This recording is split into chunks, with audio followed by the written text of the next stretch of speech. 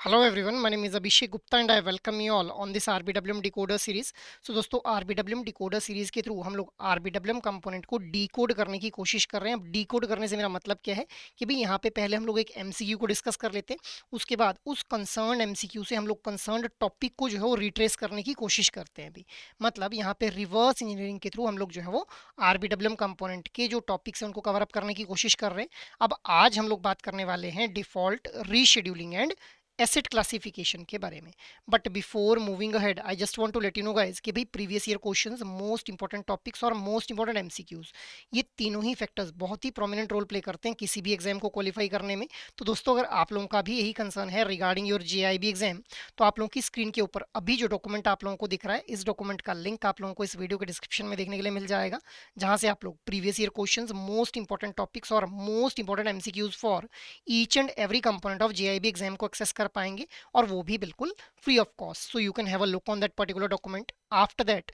अब हम लोग आते हैं आज की डिस्कशन के ऊपर। तो देखिए आज जो टॉपिक हम लोग डिस्कस करने वाले हैं उस टॉपिक से लास्ट साइकिल्स के अंदर भी हम लोगों ने एग्जाम में क्वेश्चन देखे हैं।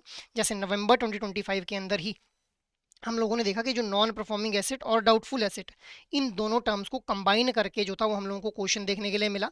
अब जो भी टॉपिक्स हम लोग इस पर्टिकुलर सीरीज के अंदर डिस्कस कर रहे हैं उन टॉपिक से कहीं ना कहीं आप लोगों को लास्ट साइकिल के अंदर जो एग्जाम है उनके अंदर क्वेश्चन देखने के लिए जरूर मिल जाएंगे भी। ठीक है, सो आप लोगों ने इस पर्टिकुलर सीरीज के साथ कंसिस्टेंटली जुड़े रहना है, सो दैट आप लोग जो है अपनी प्रिपरेशन को स्ट्रीमलाइन कर पाएं भी। अब हम लोग आज की डिस्कशन को स्टार्ट करते हैं with the very first question. So question क्या है, with reference to the provisioning requirements for NPAs consider the following statements क्या बोल रहे हैं, loss asset should always be written off by the bank if the loss asset is retained in the books, bank must make 100% provisioning on the outstanding amount. In a doubtful asset, bank must make 100% provision for the unsecured portion not covered by the realizable value of security. Provision on the secured portion of doubtful asset varies depending upon the period the asset remains doubtful. So which of the above statements are correct here? Your options are 1 and 3 only, 1, 2 and 3 only, 2 and 4 only, 1, 2, 3 and 4 guys. So what should be the right answer? The right answer will be option number D, that is 1, 2, 3 and 4. अब देखिए यहाँ पे ये जो question frame किया गया है, it is regarding provisioning requirement. Provisioning requirement क्या होती है? प्रोविजनिंग का मतलब होता है कि भाई जब देखिए जब भी लोन प्रोवाइड किया जाता है, पहले एक चीज़ समझिए, जब भी एक लोन प्रोवाइड किया जाता है बैंक के द्वारा, तो उस लोन के अगेंस्ट इंटरेस्ट की फॉर्म में जो है बैंक को क्या होता है, इनकम होती है। इसीलिए इन लोन को हम लोग क्या बोल देते हैं, these are the part of retail asset product. But जब इनकम जनरेट होना बंद हो जाएगी इन लोन्स के थ्रू, तो इन्हीं लोन्स को हम लोग क्या बोल देंगे, नॉन परफॉर्मिंग एसेट्स बोल देंगे। अब कितने टाइम के बाद जो है वो इनकम आना बंद होगी, वो अभी ये थोड़ी देर में हम लोग डिटेल में समझेंगे। फिलहाल आप लोग ये समझिए, नॉन परफॉर्मिंग एसेट हम लोग उन लोन अकाउंट को बोल देंगे जिनके केस में जो अमाउंट है वो ओवरड्यू हम लोगों को देखने के लिए मिल जाएगा अभी। अब ये लोन अकाउंट जो ओवरड्यू ना हो, ये डिफॉल्ट कर जाए, उसके लिए अगर ये कल को डिफॉल्ट कर गए तो बैंक कुछ सम को जो है वो सेट असाइड करके रख देता है कि कल को अगर डिफॉल्ट कर गए तो जो मैंने लोन दिया हुआ है उसके थ्रू मुझे ज़्यादा लॉस ना बियर करना पड़े, उसके लिए बैंक जो कुछ अमाउंट सेट असाइड करके रख देता है, उसको बोलते हैं प्रोविजनिंग। अब अलग अलग तरह के एसेट्स हम लोगों को देखने के लिए मिलते हैं, अभी थोड़ी देर में हम लोग उनको डिस्कस करेंगे। तो अब अलग अलग तरह के एसेट्स के लिए क्या कुछ जो प्रोविजनिंग की रिक्वायरमेंट है वो हम लोगों को देखने के लिए मिलती है। बेसिकली उसी कंटेक्स्ट में ये क्वेश्चन जो है फ्रेम किया गया है। अब पहली स्टेटमेंट बोल रही है, loss asset should always be written off by the bank. Loss asset generally हम लोग उन एसेट्स को बोल देते हैं जिन एसेट्स के थ्रू जो बैंक है वो अपने अमाउंट को रिकवर नहीं कर पाता है, which are uncollectable in nature guys. So बिल्कुल उनको रिटर्न ऑफ कर देना चाहिए बैंक को अपने बुक ऑफ अकाउंट से। सेकंड स्टेटमेंट क्या बोल रही है कि भाई अगर किसी कारण से उनको बुक ऑफ अकाउंट में रखा भी जाता है तो 100% प्रोविजनिंग करनी पड़ेगी ऑफ द आउटस्टैंडिंग अमाउंट। जो भी उन लॉस, एक लोन अकाउंट को जब लॉस एसेट की कैटेगरी में डाल दिया गया तो जो आउटस्टैंडिंग अमाउंट है उसकी 100% प्रोविजनिंग जो है वो बैंक को करनी पड़ेगी भाई। इसका क्या मतलब है कि भाई अगर आउटस्टैंडिंग अमाउंट मान लो कि भाई 5,000 रुपये, तो 5,000 रुपये बैंक को जो साइड करके रखने पड़ेंगे भी। After that next is in doubtful asset bank must make provision 100% provision for the unsecured portion not covered by the realizable value of security भाई। अब जैसे मान लो हम लोगों को पता है कि बैंक के द्वारा जो सिक्योरिटी ली जाती है कस्टमर से, अब जो सिक्योरिटी बैंक के द्वारा ली गई है उस सिक्योरिटी के थ्रू लोन अमाउंट को कवर नहीं किया जा सकता है। मतलब मान लो कि लोन है 50 लाख का और जो सिक्योरिटी के तौर पे एसेट दिया गया है, सिक्योरिटी दी गई है, वो हो रही है 30 लाख रुपए की। तो 30 लाख तो यहाँ पे कवर कर लेगा बैंक, 20 लाख बच गया which is the which is not covered by the realizable value of security, तो उस केस में इस 20 लाख की 100% प्रोविजनिंग फिर करनी पड़ेगी। कब? जब एक एसेट को डाउटफुल एसेट की कैटेगरी में डाल दिया गया है। अब कब एक एसेट को डाउटफुल एसेट की कैटेगरी में डालेंगे अभी समझेंगे हम लोग। Next is provision on the secured portion of doubtful asset varies depending upon the period the asset remains doubtful. अब ये जो हमारा 30 लाख रुपीज़ है, 30 लाख रुपीज़ के केस में हम लोगों को ये देखने के लिए मिलता है कि भाई ये जो हमारा सिक्योर्ड पोर्शन है, मतलब सिक्योरिटी अगर 30 लाख रुपए की थी, जो 30 लाख है उसके केस में प्रोविजनिंग कैसे करनी है वो डिपेंड करेगा कि जो एसेट है वो कितने टाइम पीरियड के लिए डाउटफुल एसेट की कैटेगरी में रहता है अभी। तो इसीलिए चारों की चारों स्टेटमेंट सही हैं। अब हम लोग ये प्रोविजनिंग क्या होती है, एनपीएस क्या होते हैं, डिफॉल्ट क्या होता है, इनको डिटेल में समझेंगे भी। ठीक है, तो पहले हम लोग अपनी डिस्कशन को स्टार्ट करेंगे with the default and rescheduling, कि भाई डिफॉल्ट क्या होता है और रीशेड्यूलिंग क्या होती है। तो देखिए, जब भी लोन प्रोवाइड किया जाता है कस्टमर्स को, तो वहाँ पे एक एग्रीमेंट रहता है कि भाई आपको इस लोन को रीपे करना है 5 साल के अंदर, हर महीने आपको इतनी किस्त जो है वो पे करनी है। अब जो terms and conditions loan sanctioning के दौरान देखी जाती हैं, उन टर्म्स और कंडीशंस के अकॉर्डिंग अगर रीपेमेंट नहीं कर पाता है इंडिविजुअल, तो फिर हम लोग क्या बोल देते हैं कि भाई इंडिविजुअल जो डिफॉल्ट कर गए, या फिर लोन अकाउंट में डिफॉल्ट हम लोगों को देखने के लिए मिल रहा है अभी। अब अगर एक बैंक और कस्टमर के बीच में एक अच्छा रिलेशनशिप मेंटेन करना है, तो उसके लिए जो इंडिविजुअल कस्टमर है उसको जो क्रेडिट है उसका इंटेंडेड पर्पस के लिए ही यूज़ करना पड़ेगा। मतलब ऐसा नहीं है कि घर बनाने के लिए लोन लिया और उससे अपनी छुट्टियां एंजॉय कर रहा है, वेकेशन एंजॉय कर रहा है। सो फिर जो रिलेशनशिप है वो एक हेल्दी रिलेशनशिप मेंटेन करना मुश्किल हो जाएगा अगर ऐसा करता है वो। सो इंटेंडेड पर्पस के लिए क्रेडिट का यूज़ करना है। नेक्स्ट फंडामेंटल रिक्वायरमेंट क्या है कि भाई जो इंटरेस्ट और इंस्टॉलमेंट है that need to be paid by the customer as per the agreed terms. Borrower को सारी की सारी इन्फॉर्मेशन जो है सिक्योरिटी के रिगार्डिंग जो है बैंक को देनी है। जो जैसे मान लो एक बोरर ने प्लॉट ऑफ लैंड दिया एज अ सिक्योरिटी जिसकी वैल्यू है 50 लाख रुपए, तो उस लैंड की ओनरशिप कितने इंडिविजुअल्स के नाम पे है, क्या सिंगल ओनर है वो, मल्टीपल ओनरशिप्स है। सो वो सारी इन्फॉर्मेशन जो है बैंक को देनी पड़ेगी। अब यहाँ पे एक तो कस्टमर को तो ये करना ही पड़ेगा, बट साथ ही साथ बैंक ना तो कस्टमर, दोनों में से किसी को भी इस रिलेशनशिप को खराब नहीं करना है। So these are the fundamental requirements जिनकी हेल्प से हम लोग एक अच्छा रिलेशन जो है वो बैंक और कस्टमर के बीच में मेंटेन कर सकते हैं। अब अगर होम लोन्स की हम लोग बात करें, तो होम लोन्स के ऊपर फ्लोटिंग रेट होम लोन्स भी रहता है और फिक्स रेट होम लोन्स भी रहता है। फ्लोटिंग रेट का मतलब क्या है कि जो रेट ऑफ इंटरेस्ट है that will be linked with the external benchmark rate, जैसे रेपो रेट। तो अगर रेपो रेट में चेंज आएगा, रेट ऑफ इंटरेस्ट में चेंज आ जाएगा। तो स्टीप चेंज हम लोगों को इंटरेस्ट रेट में देखने के लिए मिलता है in case of floating rate loans. और फिक्स रेट होम लोन्स के अंदर रीसेट क्लॉज रहता है कि भाई जो इंटरेस्ट रेट है that can be changed as per this reset clause, पर ज़्यादा स्टीप चेंजेस हम लोगों को देखने के लिए नहीं मिलते हैं इन case of fixed rate home loans. अब आउटकम क्या है, अगर जो रेट ऑफ इंटरेस्ट है उसके अंदर अगर चेंज होता है, तो उस वजह से हो क्या सकता है, या तो इंडिविजुअल को हाई ईएमआई पे करनी पड़ेगी सेम रीपेमेंट पीरियड के दौरान, मतलब 5 साल में उसको अगर जो ईएमआई थी वो पे करनी थी, हर महीने जो था उसको 5,000 रुपये ईएमआई पे करनी थी। तो हो सकता है कि अब उसको जो 10,000 रुपये ईएमआई पे करनी पड़े उसी 5 साल की ड्यूरेशन के अंदर, जिस वजह से हो सकता है कि जो लोन है वो बहुत ज़्यादा एक्सपेंसिव उसको लगे, और जो लोन है दैट में become the NPA, that is non performing asset. दूसरा आउटकम क्या हो सकता है कि भी उसकी ईएमआई कम कर दी, 10,000 से 5,000 कर दी, और लोन रीपेमेंट पीरियड जो 5 साल के बढ़ा करके 10 साल कर दिया।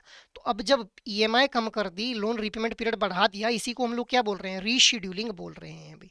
ठीक है, so I hope this default and rescheduling is clear to you all now.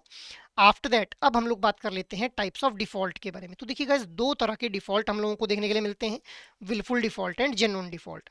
अब अगर विलफुल डिफॉल्ट की बात की जाए, तो विलफुल डिफॉल्ट कब बोला जाएगा, जब जो इंडिविजुअल है that has the capacity to honour the obligation, मतलब वो लोन के अमाउंट को पे कर सकता है बट वो जानबूझ के पे नहीं कर रहा है, तो उसको हम लोग क्या बोल देंगे, विलफुल डिफॉल्ट है। Diverted funds for the other purpose, जैसे उसने लोन लिया घर बनाने के लिए और उससे उसने गाड़ी ले ली, या फिर उसने लोन लिया गाड़ी लेने के लिए और उसने उससे जो है वो अपनी कंपनी के लिए मशीनरीज ले ली। So it will be also considered as a wilful default. Next is siphoned off funds without any asset in its place. अब इसका क्या मतलब होता है, जैसे मान लो राम नाम का एक इंडिविजुअल है who is at a very high position in a company.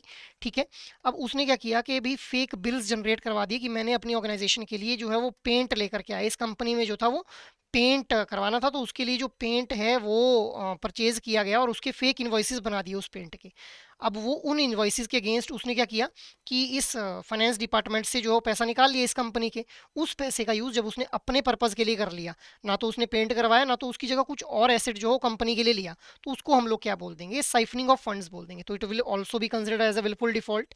Next is disposed of fixed asset given as a security. अब इस राम ने लोन लेने के लिए 50 लाख रुपए तक का 50 लाख रुपए की जो फ्लैट था उसको एज ए सिक्योरिटी दिया हुआ था, इसने उसको बेच दिया, अभी लोन चल रहा है, इसने सिक्योरिटी को ही बेच दिया, तो that will also be considered as a wilful default भी। Next is genuine default. अब देखिए जेन्युइन डिफॉल्ट कब बोला जाएगा, जब एक इंडिविजुअल को कोई पर्सनल सेटबैक हो जाता है, उसकी जॉब चली जाती है, कोई अनफोर्सीन मेडिकल एक्सपेंस उसको बियर करना पड़ता है जिस वजह से वो डिफॉल्ट कर रहा है, उसको बिजनेस में सेटबैक जो फेस करना पड़ रहा है। बिजनेस सेटबैक का मतलब क्या है कि जैसे कोविड-19 आ गया था, जिस वजह से इकोनॉमी जो थी वो हॉल्ट कर चुकी थी, तो जो एंटिटीज थी those were not able to repay their loan.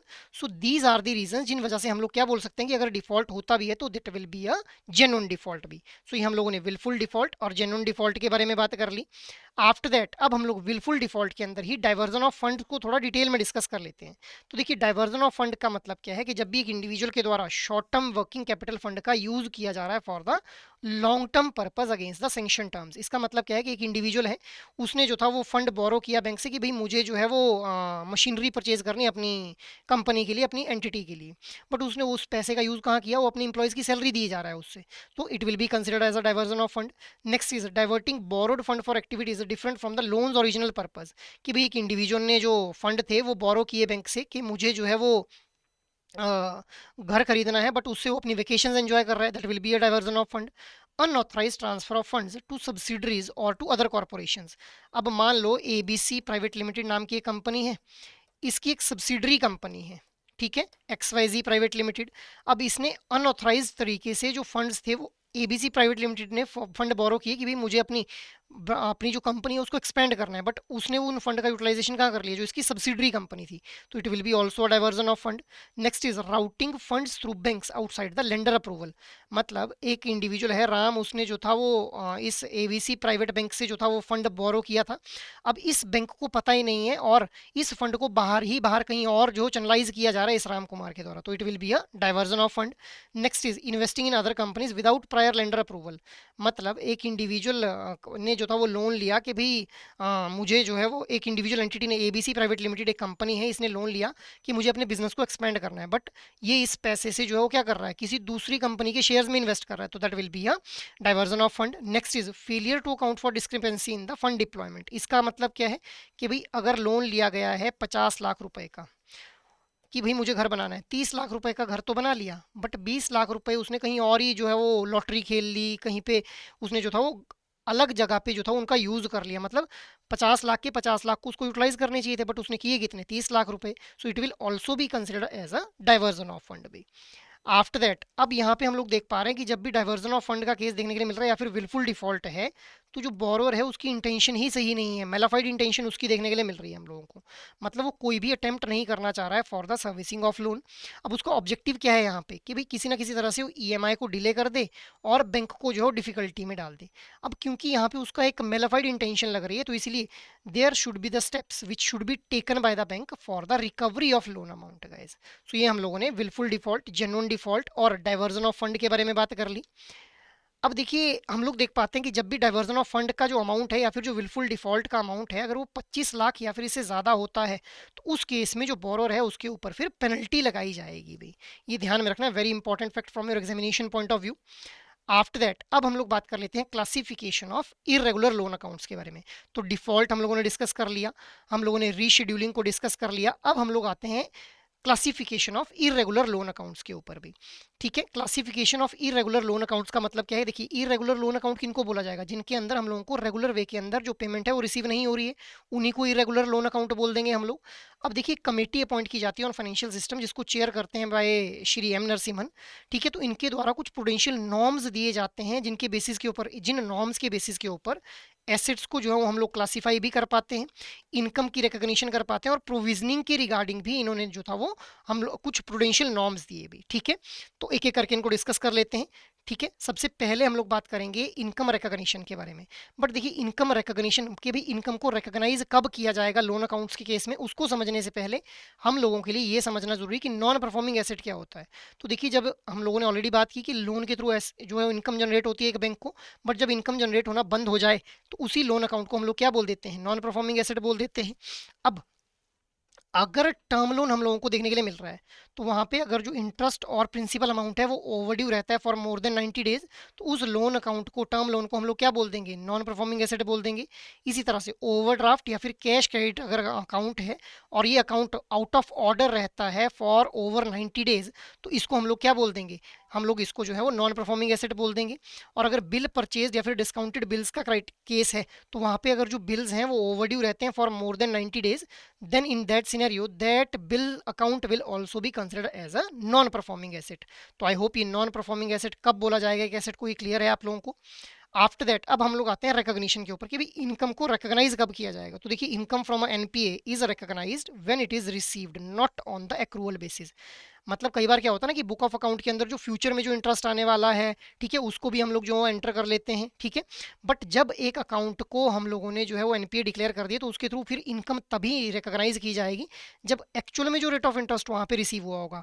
Future income को हम लोग जो है वहाँ पे कंसिडर नहीं करेंगे भी। अब यहाँ पे एक्सेप्शन भी हम लोगों को देखने के लिए मिलती है कि अगर मार्जिन इज अवेलेबल, मतलब जब भी लोन लिया गया है वहाँ पे डाउन पेमेंट जो की गई है और जो लोन लिया गया है that is against the term deposit, national savings scheme, किसान विकास पत्र या फिर लाइफ इंश्योरेंस पॉलिसीज, तो इनके अगेंस्ट अगर लोन लिया गया है और वहाँ पे डाउन पेमेंट भी कर रखी है, तो वहाँ पे फिर एक्रूअल बेसिस की जो इनकम है उसको भी कंसिडर कर लिया जाएगा। अब हम लोगों को देखने के लिए मिलता है कि भी reversal of entire interest accrued and credited in the past period is necessary if not realized. अब देखिए, कई बार क्या होता है कि लोन अकाउंट बहुत बढ़िया तरीके से परफॉर्म कर रहा था, सारी जो पेमेंट्स थी वो रिसीव हो रही थी, प्रिंसिपल की भी इंटरेस्ट की भी, बट सडनली जो लोन अकाउंट है वो एनपीए में कन्वर्ट कर गया। अब उस केस के अंदर जब वो सडनली कन्वर्ट कर गया एनपीए के अंदर, तो क्योंकि वो सडनली कन्वर्ट किया, उससे पहले तो सारी पेमेंट्स आ रही थी, तो उससे पहले की जो इंटरेस्ट की पेमेंट आई हुई है that interest payment will be credited in the past period, उसको जो है वो रिवर्स कर दिया जाएगा। मतलब उसको रिवर्स कर दिया जाएगा अगर हम लोग लोन अमाउंट को जो है वो रियलाइज नहीं करवा पा रहे हैं, तो जो भी हम लोगों ने जो फ्यूचर की इनकम, फ्यूचर की इंटरेस्ट फॉर्म की इनकम को जो था वो बुक ऑफ अकाउंट में लिखा था, उसको हम लोग रिवर्स कर लेंगे इंटरेस्ट के regarding. Guys, I hope this thing is clear. After that next हम लोग आते हैं एसेट क्लासिफिकेशन के ऊपर। अब देखिए, एसेट्स को क्लासीफाई किया जाता है on the basis of time duration भी। तो तीन तरह के एसेट्स हम लोगों को देखने के लिए मिलते हैं, सब standard assets, doubtful assets and loss assets. अब सब स्टैंडर्ड एसेट कब बोल दिया जाएगा, तो एक एसेट अगर एनपीए रहता है फॉर अप टू 12 मंथ, मतलब एक साल तक अगर एनपीए रहता है कोई एसेट, तो उसको हम लोग क्या बोल देंगे, सब स्टैंडर्ड एसेट बोल देंगे। अब जब भी एक एसेट सब स्टैंडर्ड एसेट की कैटेगरी में है, तो हाई पॉसिबिलिटी है कि भाई हम लोगों को जो लॉसेस बियर करने पड़ सकते हैं अगर हम लोगों ने अभी के अभी स्टेप्स जो हैं वो सही से नहीं लिए भाई। Next is doubtful asset.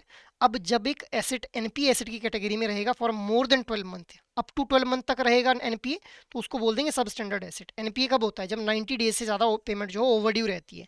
अब ये जो पेमेंट है अगर ओवरड्यू रह रही है फॉर 12 मंथ, मतलब एनपीए रह रहा है कोई एसेट 12 मंथ तक, तो उसको सब स्टैंडर्ड एसेट बोल रहे हैं। अगर 12 महीने से ज़्यादा पीरियड के लिए कोई एसेट एनपीए कैटेगरी में रह रहा है, तो उसको डाउटफुल एसेट बोल रहे हैं। फर्दर ये जो डाउटफुल एसेट है इसको तीन भागों में कैटेगराइज कर देते हैं, doubtful 1, doubtful 2 and doubtful 3 asset. Doubtful 1 asset कब बोला जाएगा, जब एक एसेट डाउटफुल एसेट की कैटेगरी में रहता है फॉर अप टू 12 मंथ, उसको बोल देंगे डाउटफुल 1 एसेट। जब वो डाउटफुल एसेट की कैटेगरी में रह रहा है फॉर 12 मंथ टू 3 ईयर्स, उसको बोल देंगे डाउटफुल 2 एसेट। अगर एक एसेट डाउटफुल एसेट की कैटेगरी में रहता है फॉर मोर देन 3 ईयर्स, तो उसको हम लोग क्या बोल देते हैं, डाउटफुल 3 एसेट बोल देते हैं अभी। Next is loss asset. अब लॉस एसेट नाम से ही समझ आ रहा है, it is uncollectable and of the minimal value as a bankable asset guys. ठीक है, सो ये हम लोगों ने मेजर एसेट क्लासिफिकेशन के बारे में बात कर ली। अब अगर हम लोगों को देखने के लिए मिलता है कि जो सिक्योरिटी की वैल्यू है उसका, उसके अंदर इरोजन हो जाता है लेस देन 50%, तो जो सिक्योरिटी की वैल्यू पहुंच जाती है। जैसे मान लो अगर लोन जो है वो 10 लाख का लिया हुआ है, ठीक है, और जो सिक्योरिटी की वैल्यू 5 लाख रुपए से कम हो जाती है, तो it will lead straight away to the classification as a doubtful asset. उसको स्ट्रेट अवे हम लोग क्या बोल देंगे, डाउटफुल एसेट बोल देंगे भी। इसके अलावा अगर जो रियलाइजेबल वैल्यू है that is less than 10% of the outstanding, मतलब आउटस्टैंडिंग बैलेंस है मान लेते हैं 8 लाख रुपए, और जो सिक्योरिटी की वैल्यू है वो उसके 8 लाख के 10% से भी कम रह जाती है, तो उस केस में सिक्योरिटी को जो है वो हम लोग इग्नोर कर देंगे और स्ट्रेट अवे एसेट को क्या बोल देंगे, लॉस एसेट जो है वो डिक्लेयर कर देंगे। Very very important from examination point of view, ये फैक्ट बेस्ड क्वेश्चन यहाँ से आप लोगों से एग्जाम में फ्रेम किए जाते हैं। आफ्टर दैट नेक्स्ट हम लोग बात कर लेते हैं प्रोविजनिंग के बारे में। अब देखिए गाइस, प्रोविजनिंग का मतलब क्या है कि हम लोग कुछ फंड को सेट असाइड करके रख लेते हैं या फिर रिजर्व करके रख लेते हैं to cover the potential loss और risk associated with certain assets. Assets क्या होगा, यहाँ पे लोन्स की बात की जा रही है कि अगर लोन्स कर को डिफॉल्ट कर जाएं तो हम लोग जो पोटेंशियल लॉस हो सकता है उसके अगेंस्ट जो है वो कुछ फंड्स को सेट असाइड करके रख लेते हैं, उसको बोलते हैं प्रोविजनिंग।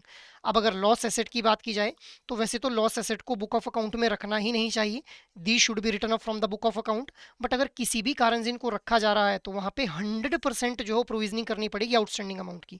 अब देखिए, this statement was framed in the question जो हम लोगों ने डिस्कस किया स्टार्टिंग के अंदर। After that next is doubtful asset. अब डाउटफुल एसेट के केस में 100% प्रोविजनिंग करनी पड़ेगी for the extent not covered by the realizable value of security. मतलब जो सिक्योरिटी, जैसे मान लो 50 लाख का अगर हम लोगों ने जो लोन ले रखा है, 30 लाख रुपए की सिक्योरिटी है, मान लेते हैं 30 लाख का फ्लैट है, उसकी उसको एज ए सिक्योरिटी दिया गया है। तो जो 100% प्रोविजनिंग है वो करनी पड़ेगी for the extent not covered by the realizable value of security. मतलब 20 लाख रुपए तो कवर नहीं हो रहे हैं, तो 20 लाख के लिए 100% जो प्रोविजनिंग करनी पड़ेगी। और जो सिक्योर्ड पोर्शन है दैट विल, उसके केस में जो प्रोविजनिंग है that will range from 25% to 100%। अगर वो ऐसे डाउटफुल एसेट की कैटेगरी में रहता है फॉर अप टू 1 ईयर तो 25% प्रोविजनिंग करनी पड़ेगी इस सिक्योर्ड पोर्शन की, जो 30 लाख रुपए इस एग्जाम्पल में। अगर एसेट जो डाउटफुल एसेट की कैटेगरी में रहता है for up to 3 years, 1 year to 3 year, तो 40% प्रोविजनिंग करनी पड़ेगी। अगर 3 साल से ज़्यादा वो रहता है डाउटफुल एसेट की कैटेगरी में, मतलब डाउटफुल 3 एसेट की कैटेगरी में चला गया है, तो फिर 100% प्रोविजनिंग करनी पड़ेगी सिक्योर्ड पोर्शन के लिए भी भाई। आई hope this thing is clear. Next is, अब हम लोग बात कर लेते हैं सब स्टैंडर्ड एसेट्स के बारे में। तो देखिए, सब स्टैंडर्ड एसेट की अगर बात की जाए तो यहाँ पे जनरल प्रोविजनिंग करनी पड़ेगी हम लोगों को 15% की of the total outstanding, regardless की भी सिक्योरिटी है या फिर नहीं है। 15% प्रोविजनिंग तो आउटस्टैंडिंग अमाउंट की करनी ही पड़ेगी। एडिशनली 10% प्रोविजनिंग और करनी पड़ेगी for the unsecured exposure identified as a substandard asset. अब अगर अनसिक्योर्ड हम लोगों को जो लोन देखने के लिए मिल रहा है और उसको सब स्टैंडर्ड एसेट की कैटेगरी में डाल दिया गया है, तो वहाँ पे एडिशनल 10% जो प्रोविजनिंग करनी पड़ेगी। 15% की तो जनरल प्रोविजनिंग होगी ही होगी इन केस ऑफ सब स्टैंडर्ड एसेट।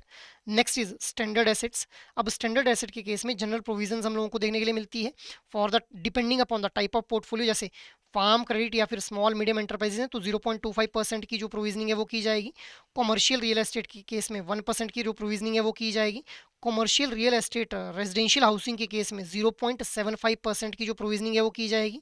हाउसिंग लोन के केस में जो भी सेंक्शन हुए हैं 7 जून 2017 के बाद 0.25% की प्रोविजनिंग की जाएगी। और बाकी सभी केसेस के अंदर 0.4% की जो प्रोविजनिंग है वो की जाएगी भाई। सो ये हम लोगों ने प्रोविजनिंग के बारे में बात कर ली। आफ्टर दैट नेक्स्ट हम लोग बात कर लेते हैं सरफेजी एक्ट के बारे में भाई। अब देखिए गाइस, सरफेजी एक्ट जो था इसकी पहले तो आप लोगों को एक फुल फॉर्म ध्यान में रखनी है। SARFAESI stands for securitisation and reconstruction of financial asset and enforcement of security interest act 2002। तो इसकी फुल फॉर्म कई बार एग्जाम में पूछी गई है। अब देखिए, नरसिम्हन कमेटी 2 और जो अध्युराजन कमेटी है इन्होंने हाईलाइट की कि भाई अगर हम लोगों को अगर इंक्रीजिंग नॉन परफॉर्मिंग एसेट्स को जो है वो टैकल करना है तो हम लोगों को एक लीगल फ्रेमवर्क की ज़रूरत है। तो इसी वजह से सरफेजी एक्ट को लाया गया। अब सरफेजी एक्ट के ऑब्जेक्टिव्स क्या थे? Realization of long term asset, मतलब ऐसे लोन अकाउंट्स जो कि काफ़ी लंबे टाइम से ओवरड्यू पड़े हुए थे उनके अगेंस्ट पेमेंट को रिसीव करवाना। दूसरा, improving the recovery for NPS, मतलब जो नॉन परफॉर्मिंग एसेट डिक्लेयर हो चुके हैं उनके थ्रू जो रिकवरी की जा रही है अमाउंट की, उस रिकवरी के प्रोसेस को एफिशिएंट करना। So these were the major objective of SARFAESI act. तो अल्टीमेटली हम लोग ये बोल सकते हैं कि भाई सरफेजी एक्ट का काम क्या था? सरफेजी एक्ट को बेसिकली इंट्रोड्यूस किया गया था to improve the recovery of the loan amount by the borrower भी। ठीक है, बोरोवर से अमाउंट को जल्दी से एफिशिएंटली रिकवर कैसे करना है, इसके लिए सरफेजी एक्ट को लाया गया। अब इसके अंदर क्या कुछ प्रोविजंस हम लोगों को देखने के लिए मिलते हैं?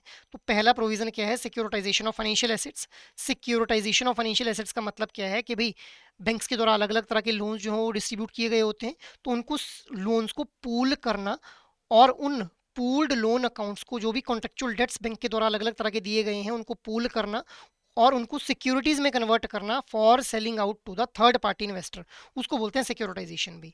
आफ्टर दैट रिकंस्ट्रक्शन क्या है? रिकंस्ट्रक्शन का मतलब क्या है कि जब लोन को हम लोगों ने पूल कर लिया, मल्टीपल काइंड ऑफ लोन्स जो थे उनको पूल कर लिया, फिर उनको रिकंस्ट्रक्ट किया जा रहा है, मतलब उनको पैकेजिंग उनकी की जा रही है in the form of securities so that उनको थर्ड पार्टी इन्वेस्टर को सेल आउट करना है। So this is also a provision under SARFAESI Act. Next is recognition of any interest created in the security for the due repayment of a loan as a security interest. मतलब जो भी security के तौर पे जो है वो asset वगैरह दिया गया है by the borrower to the bank, जब भी उसने लोन लिया था, तो उस इंटरेस्ट जो सिक्योरिटी के तौर पे एसेट दिया गया है उसके अगेंस्ट इंटरेस्ट जो है वो क्रिएट करना फॉर द बैंक, कि भाई अगर वो बैंक जो अपने अमाउंट को रिकवर करना चाहता है तो उस सिक्योर्ड एसेट का यूज कर सकता है। आफ्टर दैट नेक्स्ट प्रोविजन क्या है, power to enforce security for the realisation of money due to bank और financial institution in event of default without the intervention of court. अब ये बहुत ही इंपॉर्टेंट है भाई, यहाँ पे हम लोगों ने देखा कि भाई जो भी सिक्योरिटी के तौर पे जो है वो एसेट दिया गया है उसके अगेंस्ट जो है वो इंटरेस्ट क्रिएट हो जाता है अंडर द सरफेसी एक्ट, और जो सिक्योर्ड एसेट है उसके अगेंस्ट जो पेमेंट है वो मतलब उसके थ्रू अपने अमाउंट को रिकवर कर लेता है bank with the help of provision in the SARFAESI act without the intervention of court. Court की इंटरवेंशन की जरूरत नहीं है, बिना कोर्ट की इंटरवेंशन के भी जो सिक्योर्ड एसेट है उसका यूज करके बैंक अपने अमाउंट को रिकवर कर सकता है अभी। After that next provision is enabling provision for setting up central registry for the purpose of registering transactions of securitization reconstruction and creation of security interest. तो ये जो सिक्योरिटाइजेशन रिकंस्ट्रक्शन और सिक्योरिटी इंटरेस्ट की transactions हैं इनको record करने के लिए एक सेंट्रल रजिस्ट्री को सेटअप करने का भी प्रोविजन हम लोगों को देखने के लिए मिलता है अंडर द सरफेसी एक्ट भाई। ठीक है, आफ्टर दैट अब कौन कौन से वो एसेट्स हैं जिनको सिक्योरिटाइज किया जा सकता है under the SARFAESI Act. So claim to debt और रिसीवेबल्स, चाहे वो सिक्योर्ड नेचर के हैं चाहे वो अनसिक्योर्ड नेचर के हैं। डेट सिक्योर्ड बाय मॉर्टगेज और चार्ज और इनमूवेबल प्रॉपर्टी, मॉर्टगेज चार्ज और हाइपोथिकेशन ऑफ मूवेबल प्रॉपर्टी। तो मॉर्टगेज हम लोग जो टर्म है वो बेसिकली यूज करते हैं with respect to home loans, hypothecation use की जाती है term with respect to the movable assets. इसके अलावा राइट और interest in security for the debt. So these are the financial assets जिनको पूल करके जो है वो सिक्योरिटाइज किया जा सकता है अंडर द सरफेसी एक्ट। अब what are the conditions for the application of SARFAESI Act, मतलब कब जो है सरफेसी एक्ट को अप्लाई किया जाएगा for the purpose of recovery. So जो एनपीए लोन है that must be backed by security. जो भी loan account non performing asset में कन्वर्ट हो गया है वो लोन अकाउंट जो है सिक्योरिटी उसके अगेंस्ट जो रिसीव की होनी चाहिए बैंक ने, तभी सरफेसी एक्ट अप्लाई किया जाएगा। After that outstanding amount including interest should exceed 1 lakh rupees. ठीक है, तो जो आउटस्टैंडिंग अमाउंट है इंक्लूडिंग द इंटरेस्ट अमाउंट वो 1 लाख रुपए से ज़्यादा होना चाहिए भी जो रिकवर करना है। ड्यूज शुड बी 20% और more of the principal and interest amount. तो जो ड्यूज हैं वो 20% या फिर इससे ज़्यादा होने चाहिए किसके, प्रिंसिपल और इंटरेस्ट अमाउंट को मिला करके।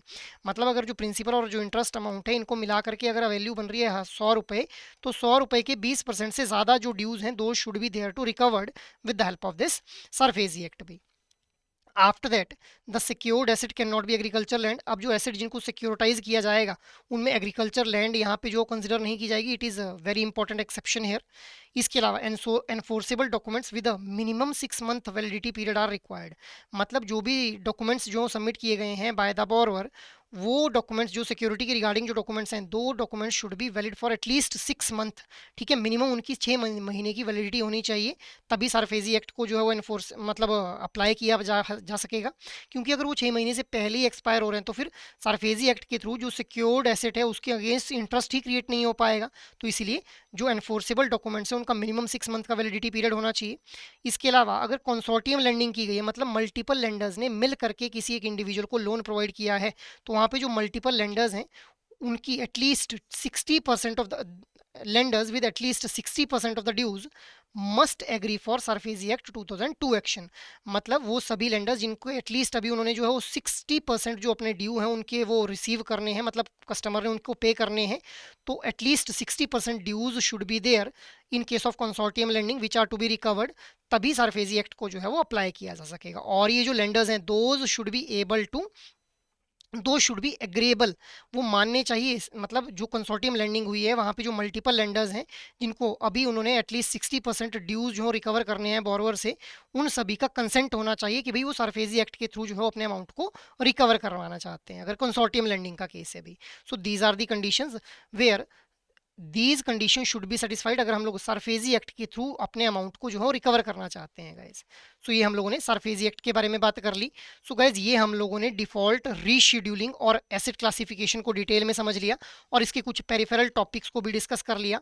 अपार्ट फ्रॉम दिस अगर आप लोग किसी भी एग्जाम की जो है वो मतलब जेआईबी एग्जाम के किसी भी कंपोनेंट के रिगार्डिंग अगर गाइडेंस चाहते हैं तो आप लोग एडुटैप की वेबसाइट के ऊपर विजिट करें। यहाँ पे कोर्सेज नाम का टैब आप लोगों को देखने के लिए मिलेगा। यहाँ पे जाते ही जेआईबी कोर्सेज के ऊपर आप लोगों ने क्लिक कर लेना है। जैसे ही आप लोग यहाँ पे क्लिक करेंगे तो यहाँ पे आप लोगों को अलग अलग तरह के जो कोर्सेज हैं वो देखने के लिए मिल जाएंगे भी।